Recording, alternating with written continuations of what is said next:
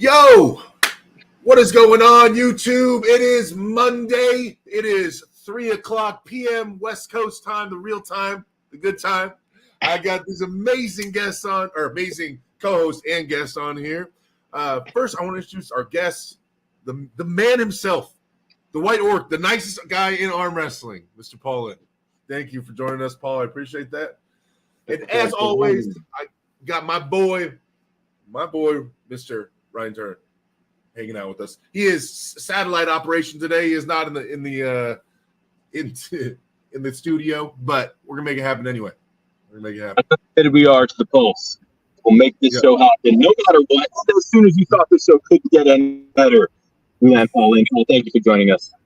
Yeah, thanks for having me, guys. My pleasure. You know, I'm always glad to join.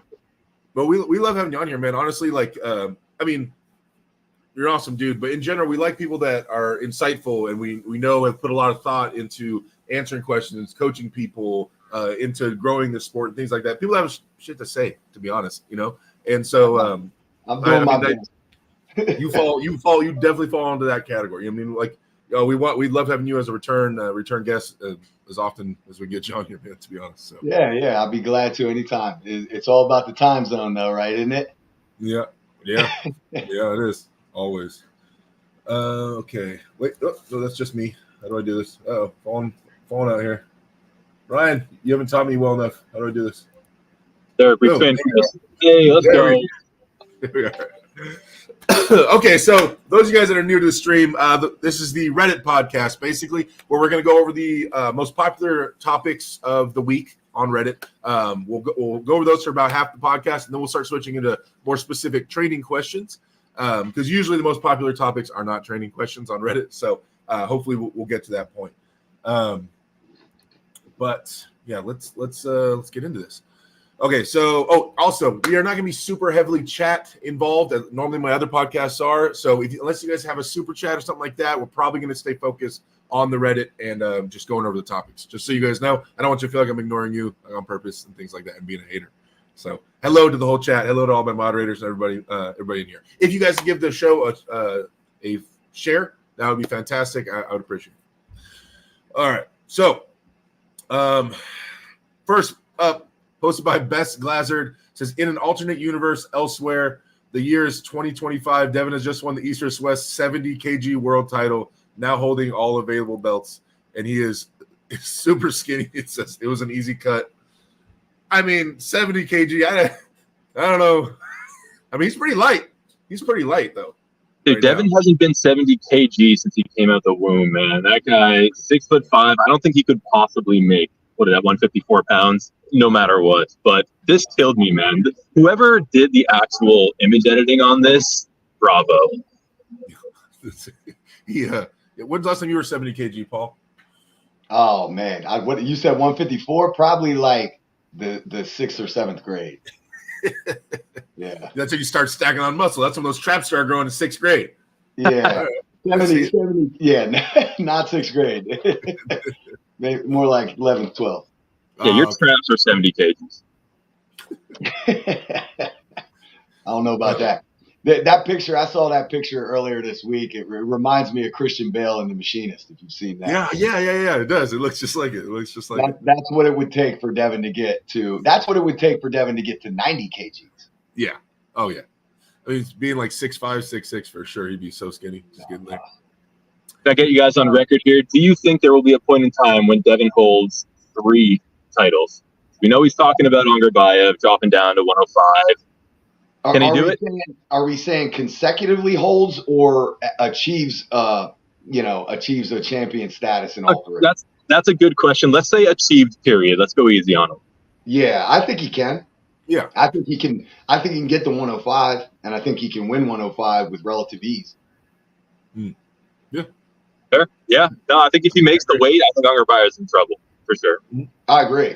I think that's the one person at that weight that has the potential to match Angarbayev technically as well as in endurance. It's just like anywhere he goes. I mean, with his length and leverage and like arm that's not opening up. I mean, even if we want to talk about like muscle loss and even some fat loss if there is any. But like I still think he's going to be far ahead above. I just don't Yeah, think the bone structure and the joint conditioning that he's developed over a lifetime of doing this, I think separates him. Although that's not to take anything away from Agarbayev, because I think he is like the best technician, and he's the best overall arm wrestler that I've probably ever seen. I mean, I'm such a fan. I mean, not to get into some other crazy topic, but Paul, I talk about this on my show all the time. I am of the opinion that I think, and I will never know the truth, I think Agarbayev is natural. I think he is natty. Do you agree? I mean, we'll never know. Obviously, we can't know unless you talk to the dude, I guess. But I mean, I think he is. I think people said who's the best natural guy in the sport, the top level guy. I always say Agarbayev. It's my go-to. Yeah, it's fair. He's never like varied in size at all. He looks the same for the last 15 years. Like the dude, he's amazing. And I think that they test over there in Kazakhstan. They don't want to get busted. Yeah. So I don't know. I think so. And but we'll never know.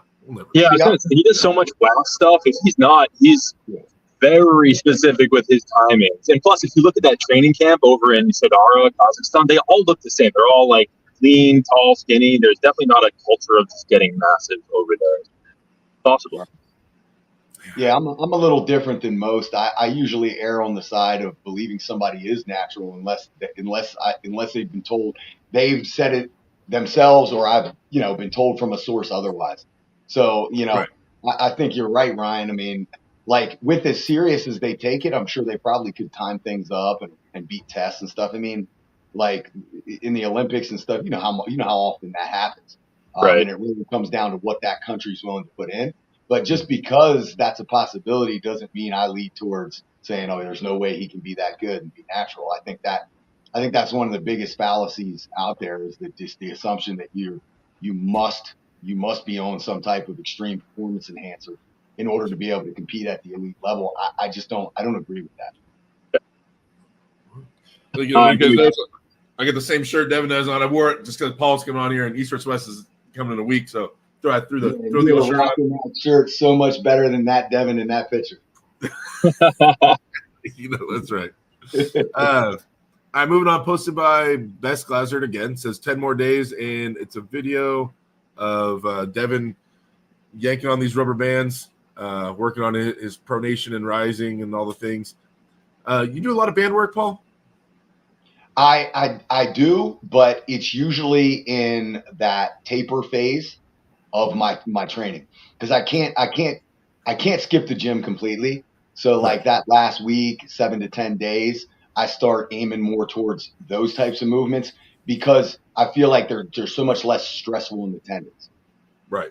And on the CNS, you're not going to go max effort with some bands and really, blow your load. I feel a level of recovery when doing band work. Like, so like when I'm doing internal rotation to try and rehab my elbow, I like band internal rotation versus cable pulley. There's just a different feel to that weight load. What about you, Ryan? You yanking on them bands? So I got a tip from a man named Tim Breslin also does it too, but Ano, which is you're an OG, Northeast Arm Wrestling Association, really powerful guy, tons of side pressure. He gave me a tip to try out bike inner tubes. So technically a rubber band, but it's totally different. It's way more stable. You still get that ascending tension as you do the exercise, but when you're applying, 80+% of your 1 rep max, you don't have that like real extreme instability that you get with a typical rubber band or an exercise band. So it's kind of a mix, and I like them quite a bit. That's old school, man. That's old school. I heard a lot of the bike inner tube thing was something that I got told by a bunch of old school dudes when I first started. I never really tried it. So do you hook that up with a cable pulley system and then, or how do you do it? I'll attach it to something static, or even like the leg of an arm wrestling table, and do lifts from there. But they're dirt cheap. Like, just you can get one at Walmart, Amazon, whatever, man. Give it a shot. It's different. All I can say, it's different, and it's had a direct impact on the table for me. I'm sure you could attach it to a weight pulley and do all kinds of funky things, but I keep it simple. Well, the way you described it made me think of like the idea of maybe hooking that to the pulley system, because you're 100% right. It is that dead stop, getting the weight moving, that puts all that stress on that tendon. If there was a way to ease into it, I'm sure that would take a little bit away. Yeah, man, new meta. Okay, moving on. Honestly, Devon usually does a lot of weights and stuff. I don't see as much band work from him over the last couple of years than he used to. I feel like he used to be a little more into it. I feel like the band work's not as often anymore. Yeah, he is injured, right? He hurt his intercostal. He made a video about that. I wonder if that's related or if he's just, I don't know. Yeah, I caught that on Arm Wrestling News, the discussion about, the intercostal was kind of told to the public, but then Devon made mention to an injury, but we didn't know if he was referring to the intercostal. I think it was on the same video.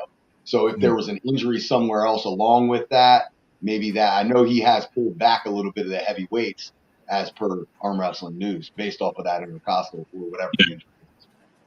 Oh, Ryan, we didn't even touch on the fact that Devon was the top host this week. I'm sorry. Devon back to being champion. Continues. So wait, how many weeks in a row was Devon number one post? It was like 9 weeks in a row, right? He was the number one post on Reddit. And then he had a couple, though. Last 2, he hasn't been, right? It's been 2 weeks off. I think he missed. Then there were a few in there where it was like Dennis related, which is like one step removed from Devon. But if Devon ever retires, we're going to have to shut this show down pretty much. He's the man. He comes back with a vengeance. First, second, and third post. First, second, and third post. Revenge, I guess. Reddit has posted by Dummy Braxton, says Devon Larrett. And this is a picture of when Devon was in Texas. Went out there and pulled some guys up there. I don't know. I'm not really sure what the point of. It's just a picture of him being jacked, I guess. That's old, right? That's got to be a year old. Yeah, it's about a year old. Yeah, that's a good, nice picture. Yeah, not much to say besides Devon's pronator is weird and his arm's weird. I guess it's just a weird ass arm. All right, move forward. Posted by the one from Masai says Hermes Live Vitali's match confirmed. Beef with Lamparelli, Dennis, and Jerry. I could probably run through this. Live in Italian replaying the chat. He says, I will pull Vitali in December. Long levers are difficult for everybody, but if you have a stronger wrist, you'll win. I feel ready. I like to pull very strong opponents.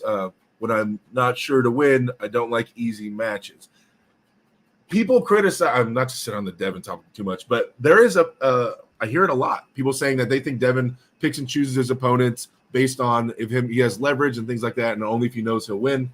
Obviously, what first comes to mind is like, well, what about Levon? He doesn't know he can win that. But honestly, Devon doesn't face people with longer arms than him very often. I don't know the last match you can think of where someone had a leverage advantage on Devon that he pulled. So that's kind of the argument that they make. They're saying that shape up elbow to fingertip. What's that? How does he and Matt Mask shape up elbow to fingertip? I don't know. Similar. They're similar. It has to be similar. But they want to see him like against Vitali, Kurdecha, Rivaz. They want to see him against these long arm dudes, and they're saying that he is not wanting to pull them. No, I don't think. Do any of you guys agree with that? I don't think Devon's afraid. I don't think Devon has a fear bone in his body. This man. No. So when Vitali's name is brought to Devon, his eyes light up. A bit like, oh, like damn. So I think he knows Vitali is a threat. He's honestly, if Vitali is one of the only people in the world that I would favor to beat them, if I'm being honest right now. I think he could get it done. But in the other guys, Rivaz and Kurdecha, I'd like to see it. I don't know if I have confidence that they beat him. I'd like to see it to be interesting. But I don't think he's dodging. I think that match is going to happen. I think it will happen. It has to, especially if Devon keeps winning. But like you said, Devon doesn't have fear is not in his vocabulary. That's not what it's about. And I don't think he's avoiding matches either. We have to realize that Devon is the Floyd Mayweather of our sport. Like there's no reason for any promoter to make a match with anything other than the biggest draw at the time. Now could Vitali be that guy very shortly with a win on Hermes? Yes, for sure. And then that match will probably happen with a Devon win or even maybe with the Devon loss. But Devon's calendar is so packed already. He's going all over the place.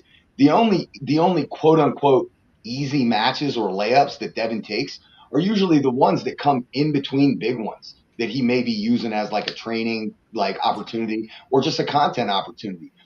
He's not seeking those out. I think he's just accepting the ones that are given to him based off of his calendar.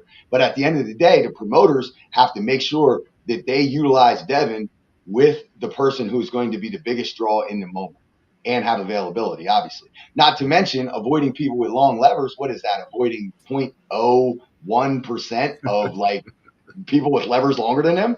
Like we can only name like 3. So well, because they're trying to say that Devon wins because of his leverage advantages over like guys like Prudnick and stuff, because he's always rising and trying to get on top. So when he can't do that against somebody, what happens then? They think he's afraid that they're going to outrise him and he's just going to be pass out. I don't think it's afraid. But what do you think, Ryan? You think Devon's ducking and diving? I think now he doesn't give an F. I think him a couple years ago, kind of coming out of that elbow surgery, I think he was much more selective.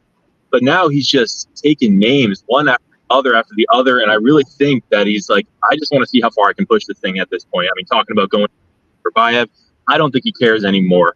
I think he's confident. I think he trusts his elbow. I think he trusts his connect position now more than maybe he ever has. And so I don't think he cares anymore. But I do think there was a time where he's like, okay, let me ease back into this. And like Paul was saying, I mean, we're not all privy to the exact numbers, but I promise you when Devon is on a card, the numbers go up in terms of pay-per-view sales, probably exponentially. So he has the pick of the litter, right? And so if you're Devon, you do have a brand you need to protect, right? If he takes an L, all of a sudden he's the worst arm wrestler in the world, overhyped, blah, blah, blah. So when you have that kind of sway, you're just getting into the swing of things after a big surgery. I think he was selective, but not afraid. Right. And the counterpoint there, too, is, well, first and foremost, like, let's be serious. If there's an arm wrestling card that has 5 matches or more in, and Devon is one of the names on it, he is probably directly responsible for 80 to 90% of the pay-per-view buys, additional buys than what have been happening. And not to mention, we just saw him lose to Gennady. And what did that do? Nothing. Here he winds up, like we're talking about a short time ago, he loses to Gennady. People forget quickly. And he's always going to have match opportunities.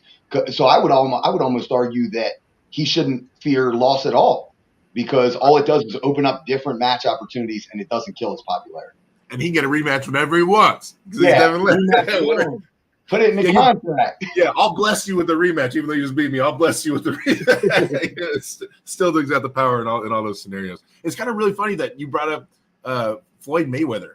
Like now that I'm kind of going in on that, because the way some people, I'm a Devon fan, that's my boy. Like I'm just talking about because I'm into the Reddit, into the Discord, I get to hear a lot of opinions, and like a lot of people see Devon as this Floyd Mayweather. Oh, he just danced around, went for points. He didn't brawl. He's not a great like Muhammad Ali. Yeah, he has a great record, but it's kind of like he did it like in a sissy way. Like Devon just plays games and cheats. He's not doing honorable grip and rip. He's just cheating up on the stage and King's movie. Like, but he's still known as one of the GOATs, right? Like regardless, I mean, it's kind of draws some weird comparisons there with Floyd Mayweather and Devon.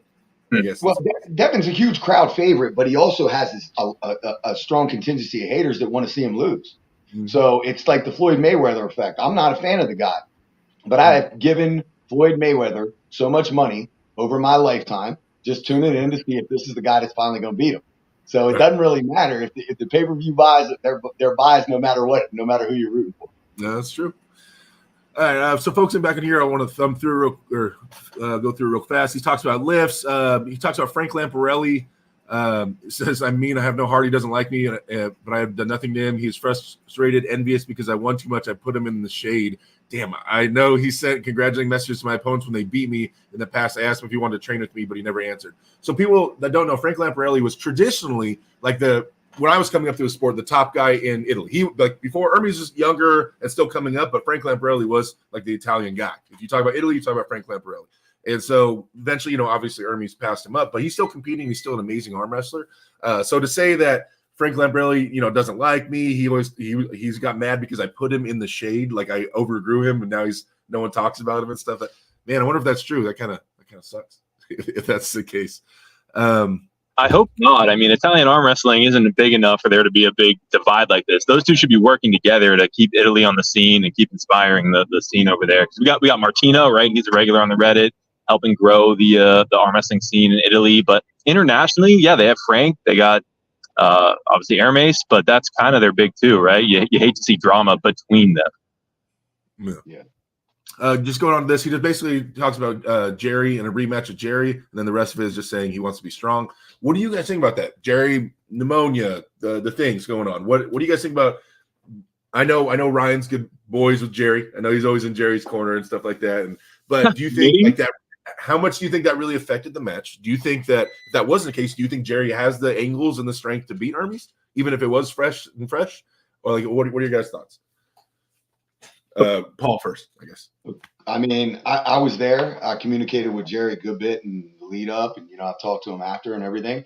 And I think it had a huge bearing on the outcome of the match. I don't know how huge, but it definitely had a bearing. Like when you're not mentally there or you're off a little bit because of whatever outside influence, a lot of times it can affect you to the point where you don't even get in the match where you want to be. And I feel like that's what we saw. We never got to see a strap match, but a lot of that has to do with Hermes, like the perfect game plan, and plus added motivation, like with the way the match was like on and then off again. And Hermes saw that as disrespect. That gave him added motivation along with Jerry having all these other, outside influences probably affecting him. Do I think that the match would go differently? I don't know. I would have loved to see the match be in the straps and see if Jerry could get a strap, or did Hermes just figure out the right approach and was that strong in those lanes? Yeah, so I warmed him up before the match with Hermes. We went into the table in the side room, and I was warming up with him, and I was like, all right, you tell me how much you want me to give you. I don't know how you want to warm up right now. And I'm starting to pull. He's like, more. So I'm like, all right, I'll go a little more. And he goes, more. I'm like, now I'm tugging, man. And he's like, more. And I'm sending it with this dude. Again, this is the warm up, like 10 minutes before Hermes. And I pull with Jerry obviously pretty regularly, both from Massachusetts. I am going at this dude, and then he just sends it to the side. And in my head, I'm like, this dude, I know he's been through a lot, right? He was sick. He had pneumonia. He got in a car accident on the way to the airport with the Uber. He lost his passport, blah, blah, blah. But he was strong. I will say this much. The dude was strong.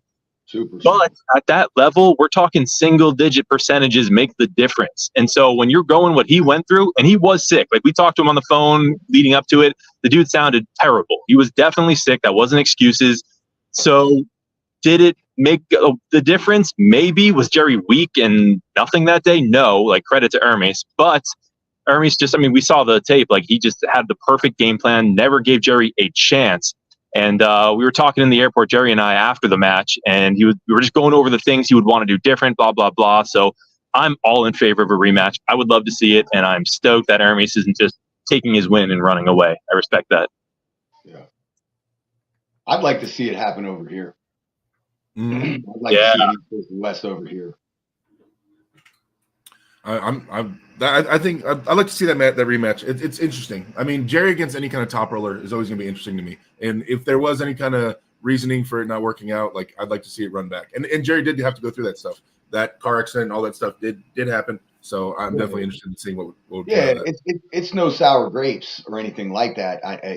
About like I don't think he had any over that. But I mean, when we look at the travel, like that's a factor, right? Like the guys who are the most professional and everything goes well in that travel, you can make the best of it and still come in great. But like Jerry arriving late and all that stuff, that plays into it, Like when we talk about the East versus West event, I don't think it's going to swing the tides drastically, but it would have an effect to have an event here in the States where it's easy travel for the guys from the West.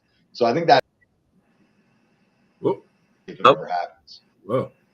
Oh, you cut out for a second at the very end there, Paul. You cut out for a second. Yeah, I said there's talk of the East versus West coming to the United States at some point, maybe in the new year. I think I'd love to see it happen, even if it's just one beta test event. I'm down. I mean, man, a 2 or 3 hour flight. Oh man, I feel great. I wonder. Like, I don't like to put a bunch of excuses, like that, especially for my performances and things like that. But I do wonder how much it could switch things up. Like, I do wonder if, who went over there once, like Dustin Hyatt. I wonder how, because I know that was really messing with him. He was trying to get that sleep dialed in and stuff on the travel. I wonder how much it would affect him. Or, even someone like Craig Touye when he went out there. You know what I mean? I would like to see. I just wonder. I'm not making excuses for him. Maybe they still would have lost or whatever. But, man, I'd like to see it. I'd like to see how much it would have played. England and I have talked about that specifically. Like, and, when he's asking, like, well, who do we want to look at or who's available and blah, blah, blah. Like, I'm always I'm always telling them, like, if there's any question in who you want to put with who, lean on the guy, lean towards the guy who has proven that they can handle it professionally. There's a stable of guys that they're able to rise to that, and still maintain professionality, make weight, rehydrate, do all that stuff. Like, lean towards those guys who have done that maybe before or have done it there, because at least it's a known quantity. Because I've seen a bunch of guys now and young ladies come over and be overwhelmed by all of it. It's a lot. Take you out mentally, Yeah, I mean, Ryan, you went out there and were filming, and I know that was like with the travel and all the sleep and then getting up and doing all. I know you felt it, right? Like, that's a crazy schedule to keep up all of a sudden. Yeah, I was gonna say, for those who don't know, it's from the East Coast United States. It's a 10-hour flight. Obviously, more if you're coming from the West. So it's a 10-hour flight. It's a 7-hour time difference, so you got to adjust for that. I mean, there's also things like food and just, you're not going to find a Pizza Hut down the road where you get your personal pan pizza. So there's a lot to it. And if you're an athlete, like I said, single-digit percentages make the world of difference at that level. So I think it's a great idea. People have floated Las Vegas hosting it, New York, either one, man. But like it's starting to rustle some feathers. You have East versus West, and it's always in the East. And Turkey, not even like Europe East, like Eastern Europe type East. So it has to happen. Where, when, we don't know yet. But I trust Engen will keep his word there, and we'll have it here eventually. Yeah, everything you mentioned there is super valid. And when you start really thinking about it, if we're being real with ourselves, in order for us to be able to compete, a lot of times as a Western puller, you got to come down a weight class from where you're walking. So a lot of these guys are coming over for the first time, and they're trying to do a weight cut while they're on a plane for 11, 12 hours and in the airport for 16, So like every time I fly there, I consume essentially no food and gain 2 pounds. I don't know how it happens, but you got to be ready for it. And then cutting weight's hard enough when you're sitting at, in the sauna at your local gym. Doing it while managing all that stuff is definitely tricky. But yeah, I think Engen was kind of waiting on the event to establish some level of maturity and financial security to be able to do it, because what the reality of it is, the camera crews, all that overhead that he's able to get cheaper in Turkey is going to be more expensive here. Plus, then he's battling with the unknowns. So, like, it's not like he's not bringing it over here for like some specific reason because he doesn't want to travel. It's because it's the fear of the unknowns and establishing some credibility here in the United States. Like, as for venue, camera crew, that's all new uncharted territory. And it's harder for the guys to get into the United States, right? With like the visas and the traveling, like it's more difficult just to get into the United States in general. Yep, it's easier to get Americans out of the country than to get some countries into this one. That's a good point. All right, let's move forward a little bit. We'll do one more popular topic, and then we'll get into some training stuff. This is just like the 5th post, so it's posted by J Spear 95. Says Michael Todd has some emotional issues. I'm watching his latest video, and he gets very emotional and nervous over practice polls with smaller people who are much weaker than him. I really wish I could hear from people that know him. Is he that weird and insecure when the cameras are off? Is he just that scared of losing or looking weak? Why can't he practice like so many other strong people where they hold their opponents and just work on different muscle groups and techniques? He just rips people to the pad immediately. Surely he can't gauge any progress from that. He would claim he's practicing ready goes. Such a strange egg. Oh, man, I don't want to touch this. I'll touch it. So one of the comments actually gives some context to this. So Michael Todd's coming off that big injury, and this was one of his first ready-go turn. I think it was a king of the table thing since that surgery. So I don't think he was trying to play any games. I think he was like, I don't want to risk anything. I just want to get the match done. I want to get comfortable, get my confidence back. So I haven't seen this video, but if he's just flashing people, I don't think that's him just being a jerk. I think that's him being like, okay, let me feel this out. This is my first time back. I don't want people just hitting into me, and hopefully I don't get injured again. So we'll give us credit there. But I mean, the dude's passionate. Like, that's when you think Michael Todd, you think passion for arm wrestling, and sometimes that comes out beautifully. Sometimes it comes out as hot-headed. Take your pick. But I mean, I'd rather have him in the sport than not. Mike is an emotional dude. I think he'll admit to you. He'll say that thing himself. And with how much he cares about the sport, mixed with what he's been going through. I mean, he made it public about his mother, passing away, not doing too well with that. And the most, important thing in the world to him, arm wrestling and doing well and being the monster Michael Todd. After the tear and all that stuff, like him getting back on the table in any respect right now, right-handed, has to be super important. Even the slightest practice poll must be like he's paying attention to every pound of pressure and what he has and comparing it to what he used to have and stuff like that. And so he's probably super invested into it. I haven't been watching recent videos of Mike, if I'm being honest, but I can imagine why he'd be so much more invested and maybe potentially emotional right now. It would kind of make sense if that's the case. So, I mean, I get it, but yeah, I mean, Mike, are people asking if he's emotional? I mean, yeah, Mike's emotional. He would say he's emotional. He doesn't hide from that. He doesn't shy from that. He loves deep. He gets sad. He gets angry. Like Mike's he lives. He lives. So, I don't know. What do you think? What do you think, Paul? I mean, I know Mike pretty well. We talk regularly. I love the guy, and I think I love him because he's emotional. You know what I mean? Like sometimes he shows negative sides and things like that, but that's because he operates on that high emotional level that sometimes borders on what do you want to show to keep face or what don't you? But he just kind of lives with it, and I tend to like people like that. Whether I control mine or not. But when it comes to like the how are you going to practice? I do know Mike does work specifically in like for technique in certain positions. Like he and I have talked and we've got together and worked sessions that were only technique, strap setup, things of that nature. So he's doing that as well. But then he's also a content creator who is funding his entire life through his content. So he does need to have those videos. And again, when you talk about that, he may be the better comparison to Floyd Mayweather in that he has the largest group of haters out there. So sometimes his videos that are going to get traction may be the ones that don't look great on his part or people are going to criticize. But I can tell you, from knowing the guy, he's got a huge heart, and he's a good dude, which is why I'm always down when I get a call from the Monster Factory. It doesn't matter. I'm going to make that work. And he's welcomed me into his home just to come for training sessions. So like we're going to be getting together down the road here shortly just to work new setups with his newfound range of motion. So he definitely does that. But in the same respect too, like there is also that stigma around cameras rolling in practice. I prefer to not have them. Let us just train. Why do we need to worry about the eye in the sky capturing every little thing? If you want the training to be pure, it's between you and the guy that you're working with. And that's key. You should be working with your training partners, working with them. It's okay to be vulnerable in practice. It's okay to be dominant in practice. But I think there's different ways to approach practice pulling. I think the majority of the guys go to practice to just gauge whatever they've gained from the last practice or lost, which I think is a very incorrect approach for a majority of the time. Like if we go to the gym and we train for these movements, right, then we need to also train them on the table.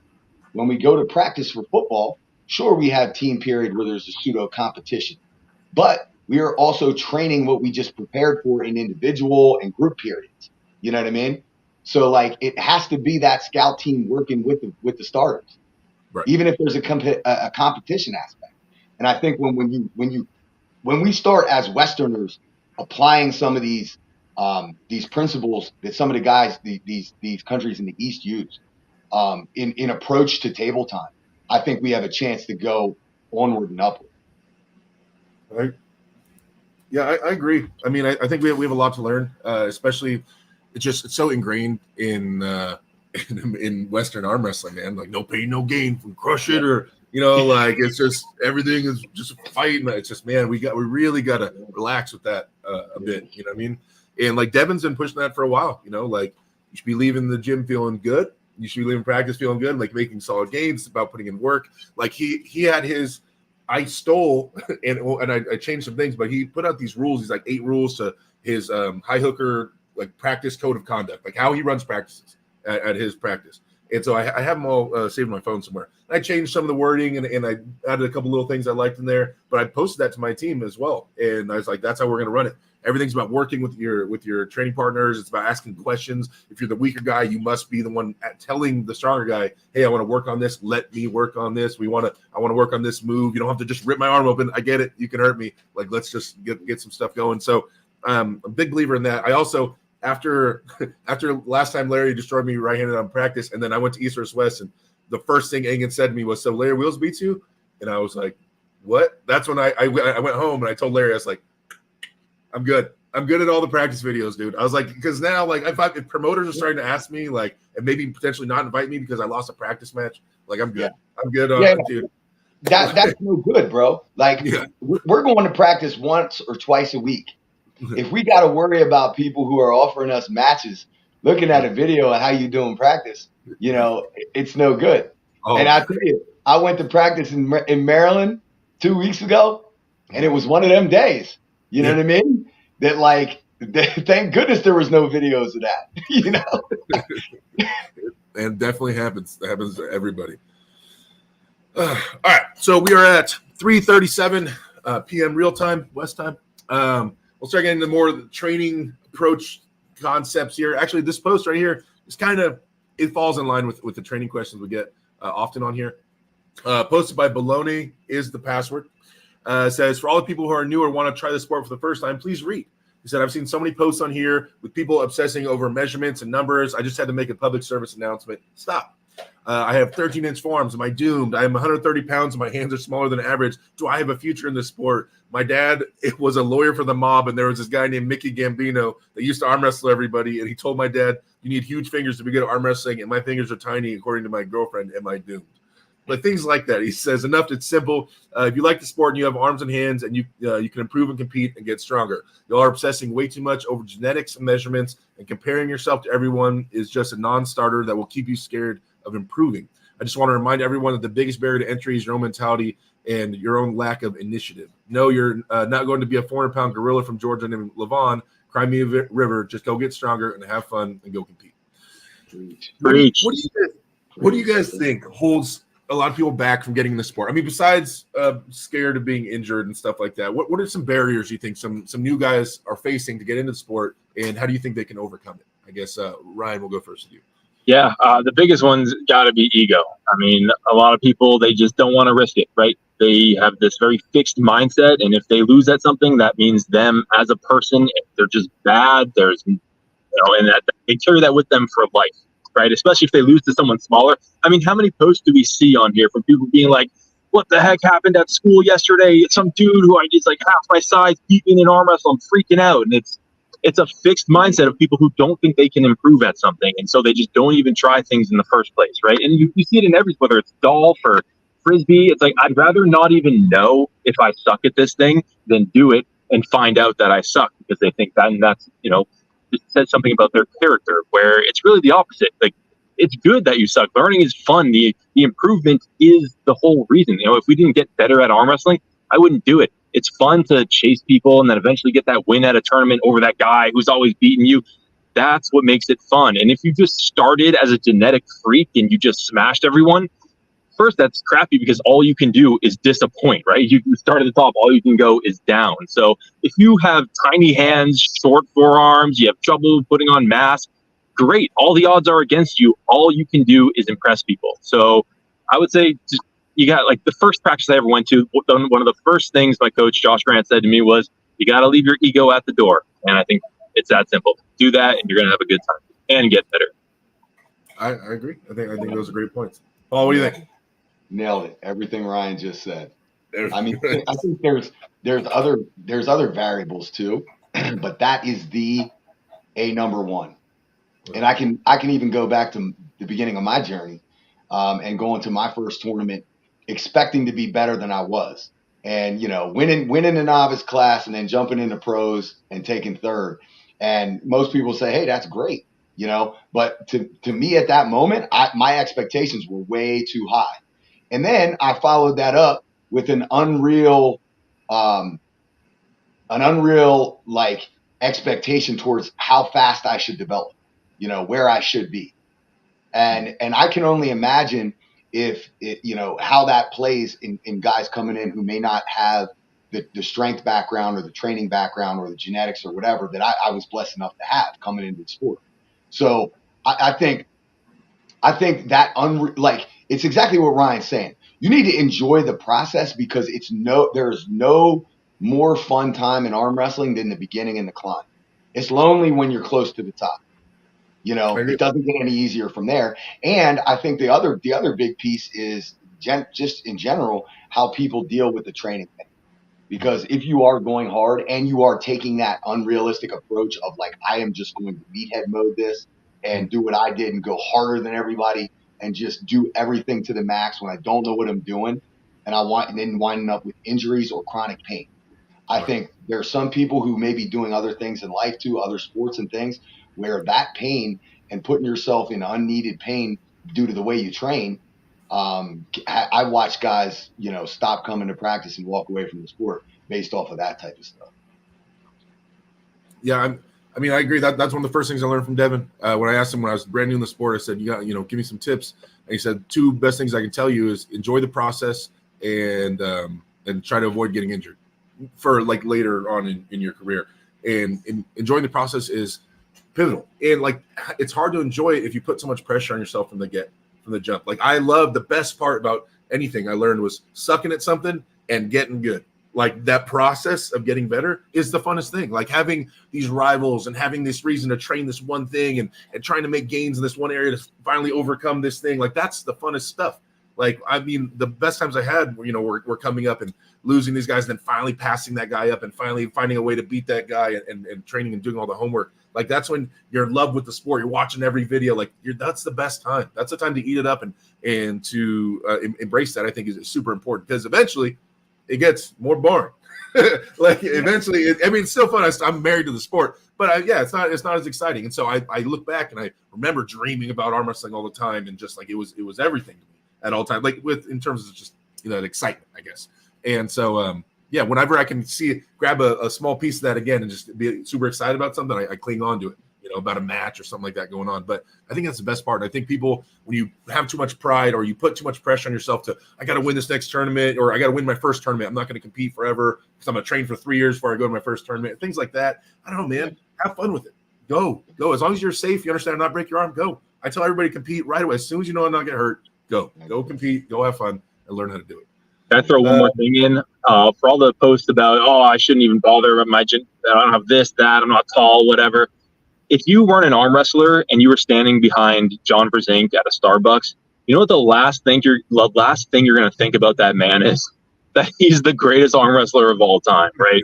He does not have, obviously he's gifted, but looking at him, you wouldn't necessarily expect that. But it wasn't until he went into the sport and put the effort in that he realized, this is his jam. So to all those people, give it a shot. How many of these guys that we see at the top that we meet over there in East versus West do not have genetic abnormalities or predispositions? Talk about Rustam Abayev, like he's untop rollable. Yeah. And he has a regular sized hand and he's shorter. Like it's there is a niche for you regardless of your genetics. That's true. Yeah. The iron wrist, right? They call them. Yeah. We did have one super chat from Tip Altier. The $5 super chat. It says, love you guys, the flex emoji. Thank you, Tip, for the super chat, brother. I appreciate the love, man, and the support.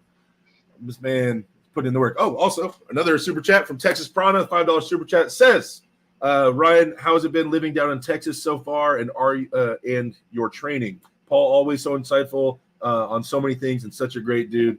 Derek, a beast. Ryan, how's it going in Texas? Thank you. Dude, it's great. They make them strong down here, man. I linked up with Brian Sitton, who is a monster in a hook, dude. I don't know if you guys have pulled with him, but it's like from any position, he can just send it sideways. So I actually got his number, and we're going to do some one-on-one stuff. So, yeah, man, it's been great. I haven't explored much outside of there. I think that club is in Alvarado, Texas. But so far, so good. Thank you, Mike, for setting that up, man. I still feel it, and it was like weeks ago. So things are great.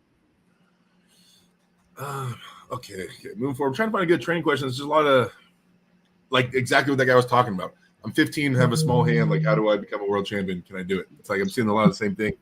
Either you become a world champion or you don't even bother with the sport. That seems to be the vibe. Okay. So posted by Poo Poo Raha says, I bought a pulley, now looking for a table. I bought a pulley, then realized it didn't come with a table. Anyone know if I can get a table just for the pulley, since I don't want to have to buy the whole table, some kind of Devon Loretz, or some kind of like Devon Loretz. How important, okay. When you guys got into sport, did you immediately buy a table and a pulley? Was this immediately what you went to? Was this your go-to? Do you think this is the best thing for new guys to get into? I need to get a table and a pulley ASAP. That's priority number one. What do you guys think would be the best thing to pursue in terms of training right out the gate? Paul, what do you think? I think you need to buy a gym membership. They got pulleys there, and you can do all the other stuff to make yourself stronger. I think that the table training, although pivotal, should kind of come down the road, because there's so much you can do off a pulley system without a table. Majority of what I do anyway to this day is not on a table. Just my choice. I do have a table in the gym, but the bonus of like, I don't like, some people buy these half training tables. To me, that like, it doesn't make sense. Why spend the money? Just buy the whole table. You can position it however you want around a stationary cable. Like, it's nice to have, like, I have one of the original Lucas Raymond Arm Assassin Strength Shop, like, pulley systems that attaches to a table. But I bought both because, you know, I'm a weirdo. I get involved in a sport. I just start buying everything. And I bought everything, and now I use almost nothing. Exactly. So, like, you want the table you're always going to use because you always have to practice. So get the table, take it to a gym. If you can't take it to a gym, then buy the cheap pulley system. My opinion. Ryan, what do you think? Yeah, I don't know how crafty this gentleman is, but I got the funniest arm wrestling. You want to talk about getting looks at a gym when you're doing weird arm wrestling stuff? My buddy Mike Shalhoub, let me borrow this. It's a tripod, and he fixed an elbow pad to the top of it. So you open up the tripod, you know, like you're shooting film with a tripod, and there's an elbow pad on top. I'd bring that to the gym and just set it up in front of a cable pulley tower and do things like that. So that's an option for you if you want to be a super weirdo. But no, you definitely don't. I mean, make sure you're going to practice. Your gym time, that's probably number one. But other than that, I mean, you can kind of get a feel for, you know, if you're free floating your elbow against the pulley cable, you know, only pull 7 inches. Don't go up and down too much. You shouldn't really be doing that anyway. Whether or not your elbow is actually making contact with a pad isn't going to make or break you as an arm wrestler. So don't sweat it too much. I agree. Yeah, I mean, most people know I trained similar to Paul. I worked with Paul for a while, so I mean, I'm barely ever lifting on a table. I have a full pulley system and a table at my gym, but I maybe some finishing stuff on there a little bit. But my stuff's freestanding for the most part. All right, we had one more super chat from Lawless Luchadors for the $5 super chat. Thank you, brother. I appreciate the love. He says, shout out to Paul for always taking the time to steer me in the right direction and keep me away from doing dumb, mean lifts. LOL. Paul, you know, being the righteous man, keeping these people from doing dumb stuff. I don't know. Hey, listen, I'm living off experience. If there is something dumb to do, I probably already did it, and I can point you in the opposite direction. Trial and error. So, I mean, I know we're on the training topics, but I'm scrolling down and I'm seeing this, man. Paul went on the news. Like, what was this about, Paul? Hey, look at this dude. I don't know how they got wind of it. This is what you do this year? This is the daily stuff, Paul? You out here? Yeah, every day. Looking jacked. Every day. These medium shirts, bro. I got to get you some bigger shirts, dog. That's an XL, bro. Hey, that's awesome, though. Oh, they got some footage of you. Oh, man. Yeah, people taking out the whole bloodline. You got to pull the sister last, dude. That's what Devon told me to say that at the press conference. He said he passed me a note to say that. And then he did this to me. Be the devil, and I was like, yeah. Yeah, that would be a shocker for you to say something like that for sure. Yeah, like, where's the sister? Plus, I mean, I remember our conversation. You had to pull the nicest guy, the only nicer guy than you in the world, the guy that was literally like a priest. Tough. Okay, some of my cell phone footage was used in that Fox piece. So I don't know when the royalty check comes in, but you can tell them, Paul, you know, end of the month. Yeah, they did. They picked some weird like practice pull and stuff. You are I was correct. an after pull from East First West at 8, I think. I was dying, dude. I'm like, oh, that's funny. Yeah. Shout out to everybody on Reddit who shared that and liked it and everything. The local news appreciates you. Okay, posted by Beginning Ad 6843 says, started arm wrestling. Any tips on technique? This is such a broad question. I use the hook technique. Can somebody give me any tips and training I can do to improve it? I don't have a gym, but I have weights, bar, and a pull-up bar at home. Ryan, you go first. Oh, man. To all Redditors listening, you got to give us way more. I mean, right? Imagine I'm learning to do the uneven bars for gymnasts, and I go to the gymnastics subreddit, and I'm like, hey, I'm learning to do this. Can anyone give me some technique tips? It's like, where do you start? All right, so you're hooking. Mm-hmm. I mean, think wrist flexion, right? The components of a hook. You want to train wrist flexion. That's a big part of it, because if you're hooking your opponents, you're going to face a lot of top rope. I'm talking to you like, I don't know, was this guy experienced? Is this too low level? But on a very high level, you want to make sure your wrist flexion is strong, because if you lose your wrist, it becomes very difficult to use any of your strength. And that's two components. There's the wrist. There's also finger flexion. So make sure you train both of those. I've seen people with extremely strong wrists, but the second there's any force on their fingers go, and then that lever makes their wrist go as well. So make sure your fingers are strong and your wrist is strong. And then make sure you hit your brachialis, hammer curls, side pressure slowly. Be very careful with that. Don't go watch Todd Hutchings videos and then think as an amateur you can just start going sideways. Hold off on that until you get some more fundamentals. Without any more information, I guess that's what I'd say. What do you think, Paul? I get a ton of questions exactly like this. So generic. So broad. I answer them based off of what I have, which means it's probably a very new guy who wants something very basic. And I'm right along with Ryan. If you think that your first move is going to be to hook, you first have to get there. So you must have containment. You must be able to contain somebody who's cranking into your fingers, and you must be able to flex your wrist. And you also may want to start stretching so that you have more flexion, which is one of my issues. When you're trying to defeat pronation, you want as deep a cup as you possibly can get. And some of our genetics or whatever don't allow us to have as much wrist flexion as a Devon Larratt has.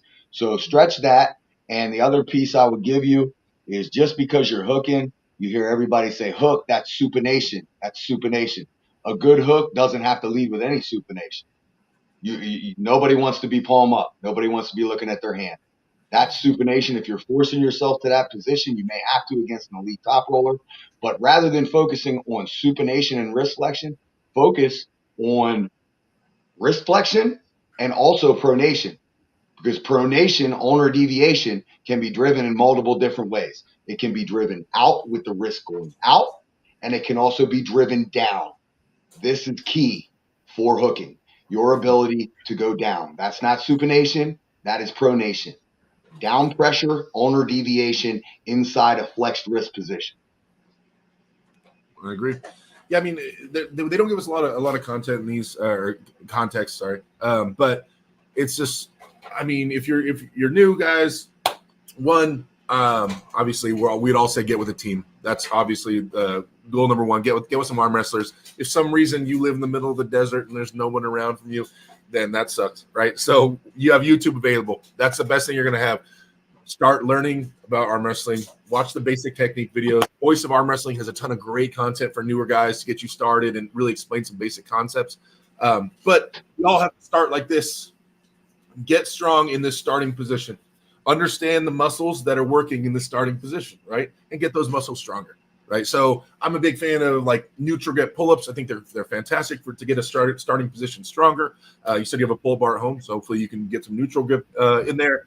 But yeah, I mean, just all the muscles in the arm, understand how they work for arm wrestling, and then just start getting them stronger kind of individually. There's a ton of content out there. Bodybuilders put out a fantastic amount of content on how to isolate muscles and get individual muscles stronger. Watch those videos, man. They're all over the place. And then just start applying them for arm wrestling. It's not like I get it. It's more complicated than that, the actual application of it. But that's where you start. Start from a starter position, get that position stronger, because we all have to start there. right? And then you start getting more into your different movements and what you want to do. You say you want to hook, but after you get into it, you might just be a hardcore top roller. If you're new like that, how do you know that the hook is going to be better for you? You know what I mean? Unless you understand how to top roll efficiently. You might, if most hook pullers, people that like to hook, generally when they top roll, they're way too offensive. They try to top roll into people's hands because they're offensive minded. They're very aggressive, right? And so your top roll might just be complete dog shit, right? So you might just be trying to go through someone's palm rather than going into their fingertips, right? And finding ways around. And opposite, when you have top rollers that try to hook, they don't like to connect wrists. They don't like to go really into somebody. They like to stay up in the hand, like a high hook, generally, right? So that's how I can always tell when a hooker is trying to top roll or a top roller is trying to hook. You can see it a mile out. Like, oh, this guy's a hand arm wrestler. This guy's more trying to get on this big muscle group. So, I mean, just learn about the sport. I wouldn't put yourself in a box that you're a solid hook puller yet. I would really look around and see what you favor and what caters to your build and to your strengths already. Can I follow up here on one thing Paul said? Paul, do you actively train ulnar deviation? That's a term that I feel like isn't talked about very much. We talk more about radial deviation, right, or riser, but how many times have you been in a hook and you can't quite finish someone? You just add that little bit of ulnar deviation and it gets the job done. Is that a major part of your routine? Always. You know who's been talking about this forever? This guy.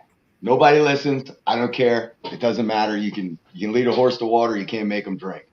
But ulnar deviation, that downward rotating pressure where you're not trying to come up and out, but you're just rotating down. I train it twice a week. I have basically 3 different ways of training it. And it is, in my opinion, the thing that put me past that brink of just being a side pressure hook drag guy. Can be used on defense. That downward pressure will rest your bicep. And on offense, that downward pressure with a deep cut, will continue and finish that pronation defeating on the bottom. Oh, whoops. Thank you. Okay, Paul. What if you could only give one of your secret Paul Linn tips? Would you tell people to train traps or train the ulnar deviation? Which one? If you are a top roller, go shrug. If you are a hooker, train ulnar deviation. For those of you guys that don't know, when I started working with Paul to prep for my last one, and we started really talking, I was doing shrugs, like casually, but we started kind of getting into it, and he was talking about that chain and, and how to strengthen your shoulders and how it provides stability and just how much emphasis you put on that, on shrugs and things like that. And so I know that that's a path less. People don't talk about it ever in arm wrestling. People don't talk about your traps. I'll explain it because this was like a hot topic back in the day, when the arm wrestling discussion group was going on, and Chris Gabi and a couple other people said you're stupid. I was newer and everything, and train it like shrugging heavy. I've been doing heavy shrugs on Wednesdays since basically 16 years old, like grossly overweighted shrugs, power shrugs. And at that point, it was for neck stability for football, to prevent concussions and all that other good stuff, and just to thicken my neck and everything up here so I'm durable. And then in arm wrestling, I just carried that over. But then I started really dissecting it when I was called out on it, and I realized, there are many times where I will have a long practice or match, and I don't know if you guys have ever experienced your trap kind of cramping up or spasming. It proves that the application of the trap muscle, which is arguably that diamond, it's the diamond shape in your back. Large portion of your traps can be trained with shoulders, or a large portion of your lats, your back as a whole, are part of your traps. So it's a huge muscle group in the upper body. And it's definitely, anytime you're bringing your shoulder up or bringing your shoulder back, this goes along with lat drag. Your trap is engaged in everything. So if we train our chest or our anterior deltoid for side pressure and engagement, why would we not train our trap for any type of either shoulder up or shoulder back movement? Mm-hmm. Having that strong base and having the whole shoulder complex into the lat being stable is only going to up your game. Why wouldn't you do it? I remember Herman Stevens used to pull neck muscles consistently at tournaments and things like that. He would always be straining his neck. Everything is here. You know what I mean? Everything is coming up. A lot of times your shoulder's driving up or it's driving back. but very rarely is it driving down, you know? Mm-hmm. And even if it is, you still have lat engagement. Anything that you do with your shoulder, you're going to have lat and trap engagement. So why would you not want that whole chain to be supported? Especially if you do have shoulder issues too. That's part of it. I also train my trap for shoulder stability. Dude, ulnar deviation and shrugs. The Paulin secrets. The Paulin specials. All right.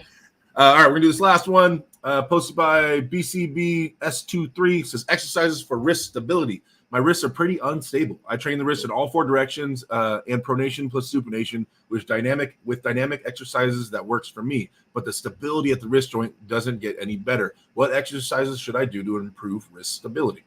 All right, Paul, you want to go first on this last one? I'm gonna go out on a limb and guess that this is one of those guys. I'm sure we've all pulled with them, where once you go into like some form of cup and top roll, you feel that almost feeling of dislocation in their wrist. I'm sure you guys have all grabbed those guys where you think that they just got hurt, but they're like, oh, it doesn't hurt. You know, my assumption is it's one of those type of people. I don't know what you do about that. I can only guess that is ligament driven in the wrist.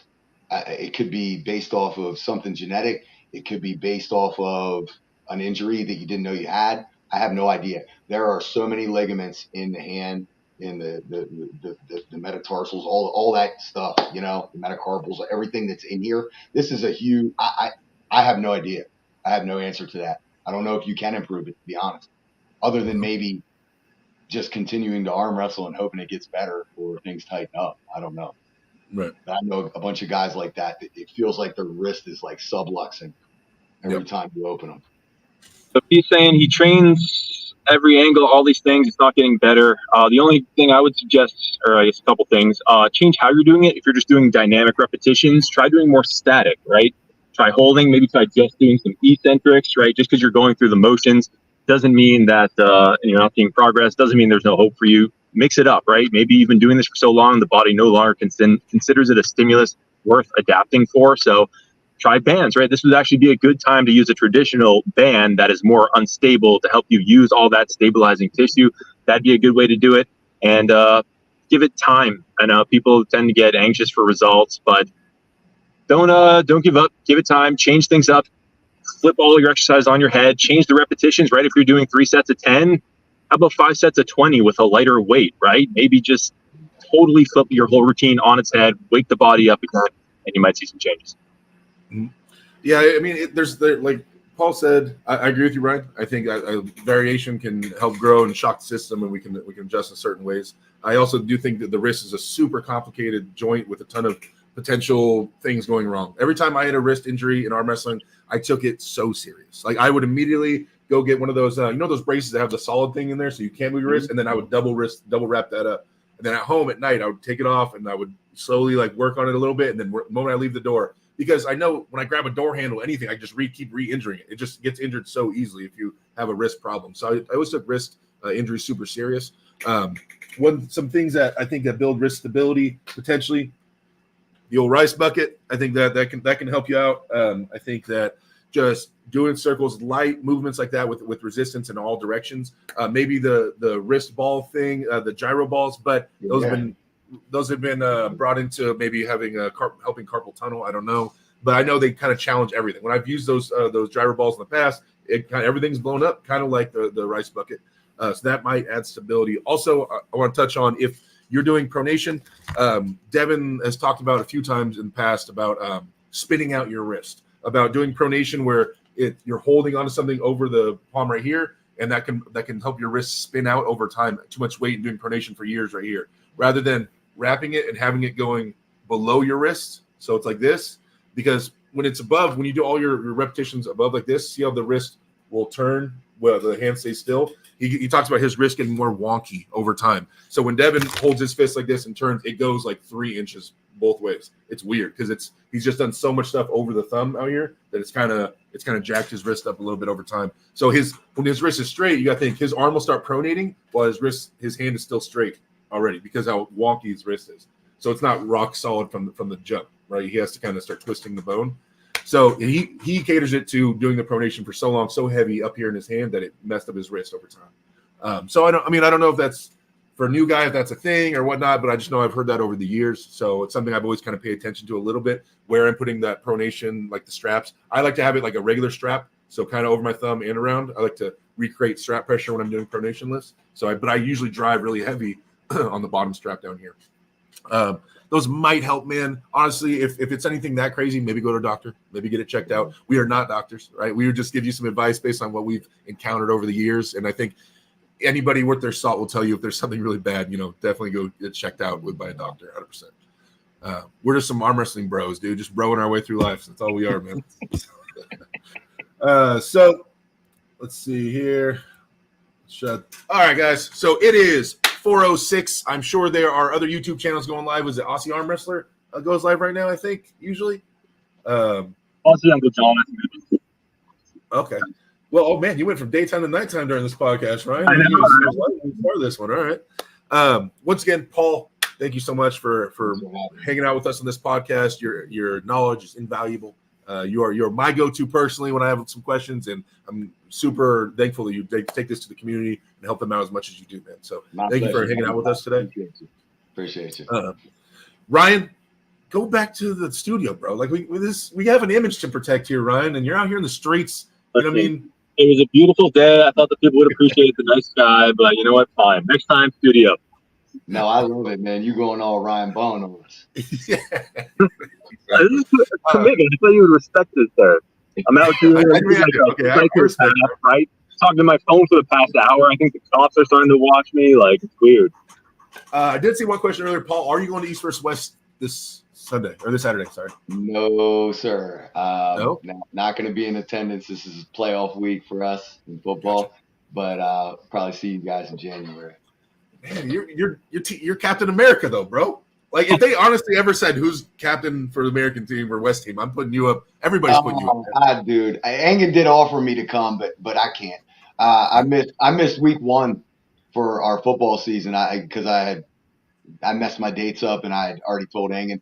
So our week 1 football game was when I was in Istanbul. We lost that sucker, and now we are in the playoffs against the same team, and I am missing. Hey, priorities. I got you, man. You have prior commitments. Take that serious. All right, man. Well, thank you for coming on. Anybody that's in the chat, you guys, if you have not checked out the AW Switch, I always try to promote that. If you guys want to get hats, shirts, or stickers, anything related to what I'm doing over here on the West Coast, then go check that out. Use discount code AWDerek. Next Monday will be on Ryan's channel. This is on my channel this week. Ryan's channel next week, then Paul's channel the week after. No, I'm the technical director. I'll take you up on that. Yeah. Either way, guys, thank you for watching. Thank you guys for being on the show. And we'll be seeing you guys around. See you, everyone. Thanks, Paul. Yes, sir. Be blessed, guys.